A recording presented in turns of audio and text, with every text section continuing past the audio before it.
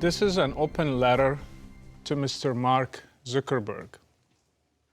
Mr. Zuckerberg, your message to welcome Muslims and protect their rights is nice, but it would have been nicer if you had talked about Islamic terrorism and supported the victims of the terrorist attack in San Bernardino, the ones who lost their families and loved ones, not the ones who are afraid of an imaginary Islamophobia. Since you are Jewish, I want you to ask yourself a couple of questions. Why did the Jewish people leave the Muslim world if Islam is a peaceful religion? Why is the Jewish population targeted in every country by Islamic terrorism? I'm Moroccan myself, and I know the history of Moroccan Jews. They were forced to walk barefoot. They were forced to wear marks on their clothes. They had faces of monkeys and pigs drawn on their clothes, if you read history. Now, they all left Morocco except a few hundred that are still there. Jews cannot live in the Muslim world because Islam is a hostile religion toward the Jews. Being a former Muslim, I know that. It's a fact. I was raised to hate Jews and Christians because of the Quran and the Hadith. I wonder if Mr. Zuckerberg ever read what Islam teaches about Jews. Let me read some verses and hadiths. Hadiths are the sayings of Muhammad, to give you a clear picture. The first verse, O you who believe, do not take the Jews and the Christians for friends. They are friends of each other. And whoever amongst you takes them for a friend, then surely he is one of them. Surely Allah does not guide the unjust people. This verse, we read it in our prayers and still being preached in mosques everywhere in the world, even today. It's a holy text. It's an order from Allah Himself. Are you willing to tolerate this intolerance? Verse 2. The Jews say, Uzair, Ezra, is the son of Allah. And the Christians say, the Messiah is the son of Allah. These are the words of their mouths. They imitate the saying of those who disbelieved before. May Allah destroy them. How they are turned away. Muslims recite this verse as well in their prayers. They pray, may Allah destroy Jews and Christians. This is a holy text. A true follower of Islam should pray for the destruction of Jews and Christians. Are we going to allow this in the name of freedom? Or because we do not want to be called Islamophobes?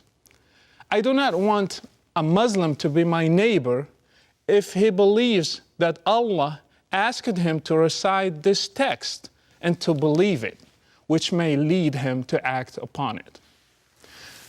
The Quran considers Jews as the worst enemies of Muslims. It says, certainly you will find the most violent of people in enmity for those who believe, means Muslims, to be the Jews and those who are polytheists. These verses are just a few examples of the doctrines behind the hatred toward Jews in the entire Muslim world. Mr. Zuckerberg, because you are Jewish, you are considered a descendant of those whom Allah turned to apes and pigs, as mentioned in the Quran. It says, and certainly you have known those among you who exceeded the limits of the Sabbath. So we say to them, be apes, despised and hated. Jews are despised and hated according to the Quran. Allah turned them to apes and pigs because they desecrated the Sabbath. This verse includes Mark Zuckerberg as well. I'm not sure how you will feel if you are invited to a Muslim congregation and they started reading this verse as a part of their rituals. Hatred speech is not limited to the Quran. It's also in the Hadith, the sayings of Muhammad.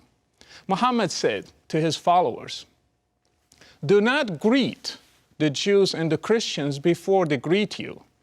And when you meet any one of them on the roads, force him to go to the narrowest part of it." Does this sound like a friendly text? How about this hadith, which was one of the last sayings of Muhammad? He said, "Let there be curse of Allah upon the Jews and the Christians, for they have taken the graves of their apostles as places of worship." Jews and Christians are to be cursed according to this hadith. I'm asking influential people like you to be wise, to be truthful, and to show both sides of the coin. Islam has a problem in its core belief system. We have to address it boldly. Muslims are welcome to live and to be part of any society, but they have to reject these kinds of beliefs. They have to welcome others as they welcome them. The burden is not on the international community to welcome Muslims.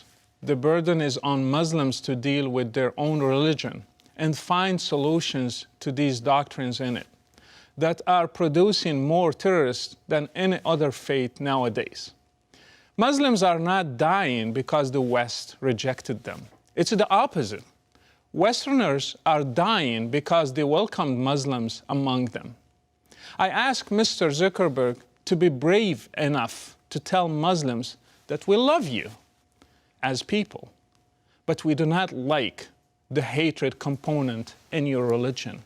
You have to deal with it. Welcoming Muslims and ignoring the problems in Islam is not a solution. It's just another problem.